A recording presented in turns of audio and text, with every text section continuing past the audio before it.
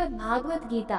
इस भागवत गीता में मानव के लिए अनमोल वचन है जो हम सबको अच्छा विचार देता है और हमें जीने का अच्छा राह दिखाता है।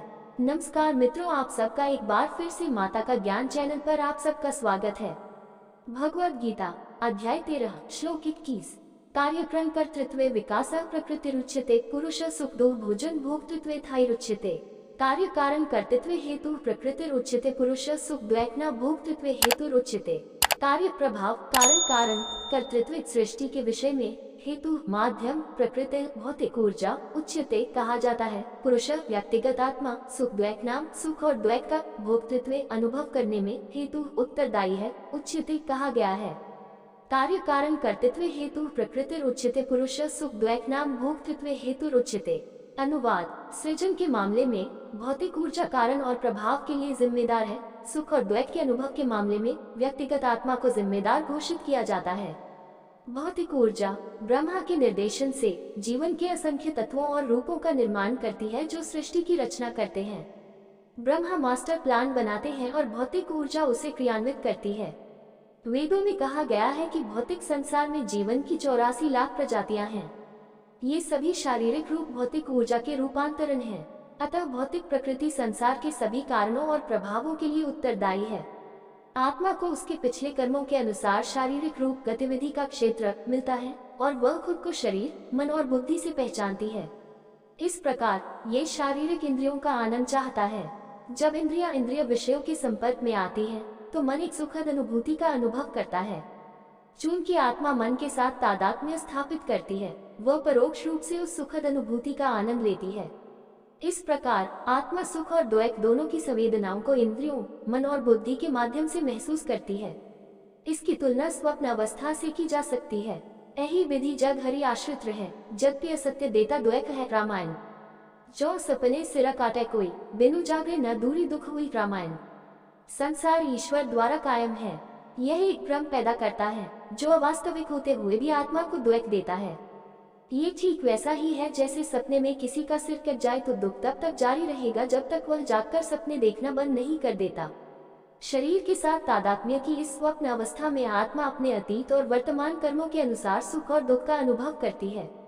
परिणाम स्वरूप इसे दोनों प्रकार के अनुभवों के लिए जिम्मेदार माना जाता है। भगवद गीता अध्याय 13 श्लोक 22। पुरुष प्रकृतिस्थो हि भुरेक्ति प्रकृति जान गुणान कारण गुणंगोस्य सत्सद्योनि जन्मसु। पुरुष प्रकृतिस्थो हि भुनक्ते प्रकृति जनगुण कारण गुण संगोस्य सदसद योनि जन्मसु। पुरुष व्यक्तिगत आत्मा प्रकृति स्थित भौतिक ऊर्जा में स्थित हाय सचमुच भुलकते आनंद लेने की इच्छा करता है।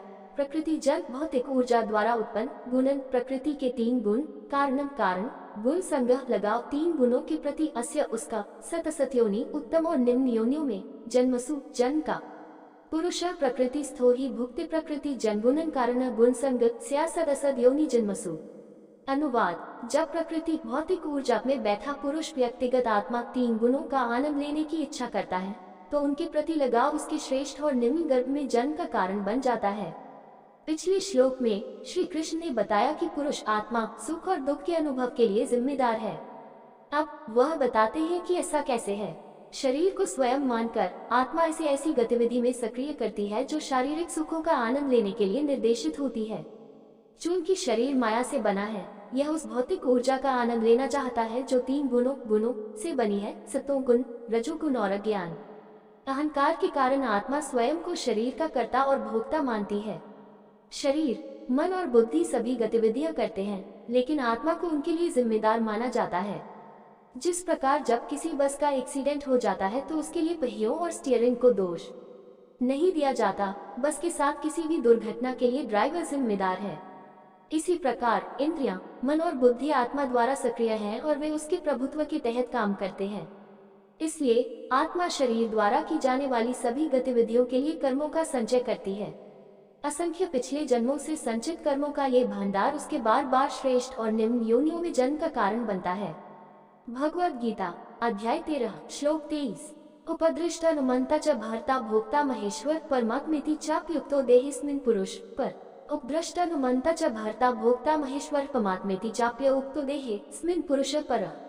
उपदृष्टा साक्षी, अनुमंता अनुमति देने वाला, च तथा भर्ता समर्थक भोक्ता दिव्य भोक्ता महेश्वर परम नियंत्रक परम आत्मा परमात्मा इति वह च अपि और भी उक्त कहा गया है। देह शरीर के भीतर अस्मिन ये पुरुष परः परम भगवान उपद्रष्टनुमंता च भर्ता भोक्ता महेश्वर परमात्मेति चाप्य उक्तो देहे स्मिन पुरुष परः। अनुवाद, शरीर के भीतर भी सर्वोच्च भगवान निवास करते हैं। उन्हें साक्षी, अनुमति देने वाला, समर्थक, पारलौकिक आनंद लेने वाला, परम नियंत्रक और परमात्मा सर्वोच्च आत्मा कहा जाता है। श्री कृष्ण ने शरीर के भीतर जीवात्मा की स्थिति बताई है। अब इस श्लोक में वह परमात्मा की स्थिति बताते हैं जो शरीर के भीतर भी निवास करता है। उन्होंने पहले श्लोक 13.3 में भी परमात्मा का उल्लेख किया था, जब उन्होंने कहा था कि व्यक्तिगत आत्मा व्यक्तिगत शरीर का ज्ञाता है, जबकि परमात्मा सभी अनंत शरीरों का ज्ञाता है। सबके भीतर स्थित परमात्मा ही भगवान विष्णु के रूप में भी साकार रूप में प्रकट होते हैं। विष्णु के रूप में परमेश्वर इस सृष्टि के पालन पोषण के लिए उत्तरदायी है। वो अपने व्यक्तिगत रूप में ब्रह्मांड के शीर्ष पर क्षीर सागर दूध के सागर में रहते हैं। वो सभी जीवित प्राणियों के हृदय में परमात्मा के रूप में निवास करने के लिए स्वयं का विस्तार भी करता है। वो भीतर बैठकर उनके कर्मों को नोट करता है, उनके कर्मों का लेखा जोखा रखता है और उचित समय पर फल प्रदान करता है। वह जीवात्मा व्यक्तिगत आत्मा को प्रत्येक जीवन काल में जो भी शरीर प्राप्त होता है उसके साथ रहता है। वह सांप, सूअर या कीड़े के शरीर में रहने में संकोच नहीं करता। मुंडकोपनिषद में कहा गया है, द्वा सुपर्णा संयुजा सखाया समान वृक्ष परिश्य स्विजते तयोरन्य पिप्पलम स्वादवत्य नाशनन्यो अभिचक्षति समाने वृक्षे पुरुषो निमग्नो निशाया शोचति मुह्यमान जुष्टा यदा पश्यत्यान्यामीश मस्य महिमानमिति विच्छोक 3.1.1 योजक चिन्ह 2। जीवित रूप के वृक्ष शरीर के घोंसले हृदय में दो पक्षी बैठे हैं। वे जीवात्मा व्यक्तिगत आत्मा और परमात्मा परमात्मा हैं। जीवात्मा की पीठ परमात्मा की ओर है और वह वृक्ष के फल शरीर में रहते हुए प्राप्त कर्मों का फल का आनंद लेने में व्यस्त है। जब कोई मीठा फल आता है तो वह प्रसन्न हो जाता है, जब कोई कड़वा फल आता है तो दुख होता है। परमात्मा जीवात्मा का मित्र है, लेकिन वह हस्तक्षेप नहीं करता, वह तो बस बैठकर देखता रहता है। यदि जीवात्मा केवल परमात्मा की ओर मुड़ सकती है तो उसके सभी दुख समाप्त हो जाएंगे। जीवात्मा को स्वतंत्र इच्छा अर्थात ईश्वर से विमुख होने या उसकी ओर मुड़ने की स्वतंत्रता प्रदान की गई है। उस स्वतंत्र इच्छा के अनुचित उपयोग से जीवात्मा बंधन में है और इसका उचित उपयोग सीखकर वह भगवान की शाश्वत सेवा प्राप्त कर सकता है और अनंत आनंद का अनुभव कर सकता है। भगवद गीता अध्याय 13 श्लोक 24 य एवं वेति पुरुष प्रकृति च गुणैः सह सर्वथा वर्तमानपि न स भूयो भिजायते। या एवं वेति पुरुष प्रकृति च गुणैः सह सर्वथा वर्तमानो पि न स भूयो भिजायते। यह कौन एवं इस प्रकार वेति समझे पुरुषम पुरुष प्रकृति भौतिक प्रकृति च तथा गुण प्रकृति के 3 गुण सह साथ सर्वथा हर प्रकार से वर्तमान स्थित अपि यद्यपि न नहीं सह वे भूय पुनः अभिजायते जन्म लो। या एवं वेति पुरुष प्रकृति च गुणैः सह सर्वथा वर्तमानो पि न स भूयो भिजायते। अनुवाद, जो लोग परमात्मा जीवात्मा भौतिक प्रकृति और प्रकृति के 3 गुणों की परस्पर क्रिया के बारे में सत्य को समझते हैं, उनका दोबारा यहाँ जन्म नहीं होगा। उनकी वर्तमान स्थिति चाहे जो भी हो उन्हें मुक्त कर दिया जाएगा। अज्ञान ने आत्मा को वर्तमान दुर्दशा में पहुँचा दिया है। ईश्वर के एक छोटे से अंश के रूप में अपनी आध्यात्मिक पहचान को भूलकर वह भौतिक चेतना में गिर गया है। इसलिए अपनी वर्तमान स्थिति से खुद को पुनर्जीवित करने के लिए ज्ञान महत्वपूर्ण है। श्वेताश्वतर उपनिषद बिल्कुल यही बात कहता है। संयुक्तमेतक्षर अक्षर च व्यक्त व्यक्तम भारते विश्वमीशा अनिश्चात्मा बध्यते भोक्तृभव ज्ञानत्व देव मुच्यते सर्वपाशः 1.8। सृष्टि में 3 सत्ताएं हैं, सदैव परिवर्तनशील भौतिक प्रकृति, अपरिवर्तनीय आत्माएं और दोनों का स्वामी जो सर्वोच्च भगवान है। इन संस्थाओं का अज्ञान आत्मा के बंधन का कारण है, जबकि इनका ज्ञान उसे माया के बंधनों को काटने में मदद करता है। श्री कृष्ण जिस ज्ञान की बात कर रहे हैं वह सिर्फ किताबी जानकारी नहीं बल्कि अनुभूत ज्ञान है। ज्ञान की प्राप्ति तब होती है जब हम पहले गुरु और शास्त्रों से 3 संस्थाओं का सैद्धांतिक ज्ञान प्राप्त करते हैं और फिर उसके अनुसार आध्यात्मिक अभ्यास में संलग्न होते हैं। श्री कृष्ण अब अगले श्लोक में इनमें से कुछ आध्यात्मिक प्रथाओं के बारे में बात करते हैं।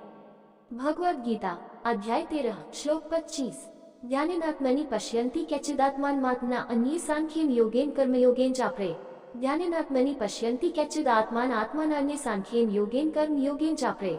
ध्यान के माध्यम से आत्मानी हृदय के भीतर पश्यन्ति अनुभव करो, कैचिद कुछ, आत्मानम परमात्मा, आत्मना मन से, अन्य सांख्येन ज्ञान की खेती के माध्यम से, योगेन योग प्रणाली, कर्म योगेन कर्म के मार्ग से ईश्वर के साथ मिलन, च तथा अपरे अन्य। ध्यानेनात्मनि पश्यन्ति कैचिद आत्मान आत्मान्य सांख्येन योगेन कर्म योगेन चापरे। अनुवाद: कुछ लोग ध्यान के माध्यम से अपने हृदय में परमात्मा को समझने का प्रयास करते हैं और अन्य लोग ज्ञान की साधना के माध्यम से ऐसा करने का प्रयास करते हैं, जबकि अन्य लोग कर्म के मार्ग से उस अनुभूति को प्राप्त करने का प्रयास करते हैं। विविधता ईश्वर की रचना की सार्वभौमिक विशेषता है। किसी पेड़ की कोई भी दो पत्तियां एक जैसी नहीं होती, किन्हीं दो मनुष्यों की उंगलियों के निशान बिल्कुल एक जैसे नहीं होते, किन्हीं दो मानव समाजों की विशेषताएं एक जैसी नहीं होती। इसी तरह सभी आत्माएं अद्वितीय हैं और उनके पास अपने विशिष्ट गुण हैं जो जीवन और मृत्यु के चक्र के माध्यम से उनकी अनूठी यात्रा में हासिल किए गए हैं। इसलिए आध्यात्मिक अभ्यास के क्षेत्र में भी सभी लोग एक ही तरह के अभ्यास की ओर आकर्षित नहीं होते हैं। भगवद गीता और वैदिक ग्रंथों की सुंदरता यह है कि वे मनुष्यों के बीच इस अंतर्निहित विविधता को समझते हैं और इसे अपने निर्देशों में समायोजित करते हैं। यहाँ श्री कृष्ण बताते हैं कि कुछ साधकों को अपने मन से जूझने और उसे नियंत्रण में लाने में बहुत खुशी मिलती है। वे अपने हृदय में विराजमान ईश्वर का ध्यान करने के प्रति आकर्षित होते हैं। वे उस आध्यात्मिक आनंद का आनंद लेते हैं जिसका अनुभव वे तब करते हैं जब उनका मन उनके भीतर मौजूद भगवान पर केंद्रित हो जाता है। दूसरों को अपनी बुद्धि का प्रयोग करने में संतुष्टि मिलती है। आत्मा और शरीर, मन, बुद्धि और अहंकार के भेद का विचार उन्हें बहुत उत्तेजित करता है। वे श्रवण, मनन, निधिध्यासन, सुनने, विचार करने और दृढ़ विश्वास के साथ आंतरिकरण की प्रक्रियाओं के माध्यम से तीन संस्थाओं आत्मा, ईश्वर और माया के बारे में ज्ञान विकसित करना पसंद करते हैं। फिर भी दूसरों को अपना उत्साह बढ़ता हुआ लगता है जब वे सार्थक कार्रवाई में संलग्न हो सकते हैं। वे अपनी ईश्वर प्रदत्त क्षमताओं को उसके लिए काम करने में संलग्न करने का प्रयास करते हैं। भगवान की सेवा में अपनी ऊर्जा की आखिरी बूंद का उपयोग करने से ज्यादा उन्हें कुछ भी संतुष्ट नहीं करता है। इस प्रकार सभी प्रकार के साधक ईश्वर की प्राप्ति के लिए अपनी व्यक्तिगत प्रवृत्ति का उपयोग करते हैं। ज्ञान, कर्म, प्रेम आदि से जुड़े किसी भी प्रयास की पूर्ति तब होती है जब इसे ईश्वर की प्रसन्नता के लिए भक्ति के साथ जोड़ा जाता है। श्रीमद्भागवतम में कहा गया है, सा विद्या तन्मतिर्यया 4.29.49। सच्चा ज्ञान वह है जो हमें ईश्वर के प्रति प्रेम विकसित करने में मदद करता है।